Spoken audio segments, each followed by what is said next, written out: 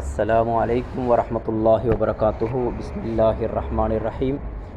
இன்று இரண்டாவது பதிவாக இறுதி நபியின் இரவும் பகலும் என்ற தலைப்பின் கீழ் ஹஸ்ரத் திர்மிதி ரஹ்மத்துல்லாஹி அலைஹி அவர்கள் எழுதிய சமாயிலு திர்மிதி என்ற புத்தகத்திலிருந்து முதலாவதாக அருமை நபி ஸல்லல்லாஹு அலைஹி வஸல்லம் அவர்களின் அங்க அமைப்புகள் பற்றிய சில பதிவுகளை பார்ப்போம்.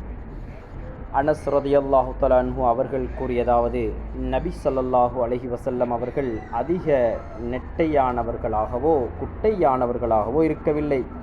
அவர்களின் நிறம் அதிக வெண்மையானதாகவோ மங்கலான கோதுமை நிறமாகவோ இருக்கவில்லை. அவர்களின் முடி முற்றிலும் சுருண்டவையாகவோ முற்றிலும் நீண்டவையாகவோ இருக்கவில்லை. அவர்கள் 40வது வயதடைந்த போது நபித்துவத்தை அல்லாஹ் வழங்கினான். சுமார் 10 வருடம் மக்காவிலும் 10 வருடம் மதீனாவிலும் வாழ்ந்தார்கள். 60வது வயதில் அல்லாஹ் அவர்களை கைப்பற்றி கொண்டான்.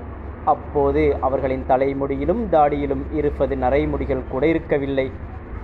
இந்த செய்தியில் குறிப்பிடப்பட்டிருக்கக்கூடிய விடயம் இச்செய்தி சுனன் திர்மிதி, புகாரி, முஸ்லிம், நசஈ ஆகிய நூட்களில் இடம்பெற்றுள்ளது.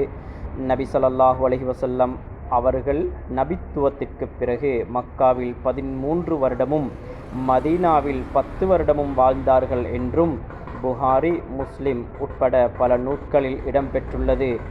இதுவே பிரபலமானதாகவும் இருக்கின்றது. இன்னும் ஒரு இடத்தில் அனஸ் ரலியல்லாஹு தஆலா அன்ஹு அவர்கள் கூறியதாவது, நபி ஸல்லல்லாஹு அலைஹி வஸல்லம் அவர்கள் நெட்டையாகவோ குட்டையாகவோ இல்லாமல் நடுத்தர உயரமானவர்களாகவும் அழகிய உடலமைப்பையுடையவர்களாகவும் இருந்தனர். அவர்களின் முடி முற்றிலும் சுருண்டவையாகவோ முற்றிலும் நீண்டவையாகவோ இருக்கவில்லை. அவர்கள் கோதுமை நிறமுடையவர்களாக இருந்தனர். நடக்கும் போது முன்புறம் சாய்ந்து நடப்பார்கள். குறிப்பு: இச்செய்தி சுனன் திர்மிதியிலும் இடம்பெற்றுள்ளது. இன்னுமோர் அறிவிப்பில் பரா இப்னு ஆசிப் ரலியல்லாஹு தஆலா அன்ஹு அவர்கள் கூறியதாவது, நபி ஸல்லல்லாஹு அலைஹி வஸல்லம் அவர்கள் நடுத்தர உயரமுடையவர்களாகவும் மார்பு விரிந்தவர்களாகவும் காது சோனை வரை அடர்ந்த முடியுடையவர்களாகவும் இருந்தனர். அவர்கள் சிவப்பு நிற ஆடை அணிந்திருந்தார்கள். அவர்களை விட அழகான எப்பொருளையும் நான் கண்டதில்லை. குறிப்பு பதியப்பட்டிருப்பதாவது, இச்செய்தி முஸ்லிம், நசஈ, அபூ தாவூத் ஆகிய நூட்களிலும் இடம்பெற்றுள்ளது. இன்னும் ஒரு இடத்தில் பரா இப்னு ஆசிப் ரலியல்லாஹு அன்ஹு அவர்கள் கூறியதாவது, சிவப்பு நிற ஆடை அணிந்து தோல் புஜத்தை தொடும் தலைமுடியுடன் அழகுற நபி ஸல்லல்லாஹு அலைஹி வஸல்லம் அவர்கள் விளங்கியது போல் வேறெவரையும் நான் கண்டதில்லை. அவர்களின் தலைமுடி தோல் புஜத்தை தொட்டு கொண்டிருக்கும். 2 தோல் புஜங்களுக்கு இடைப்பட்ட தொலைவு அதிகமாக இருக்கும். அதாவது மார்புகள் அகன்றிருக்கும். அவர்கள் குட்டையாகவோ நெட்டையாகவோ இருக்கவில்லை.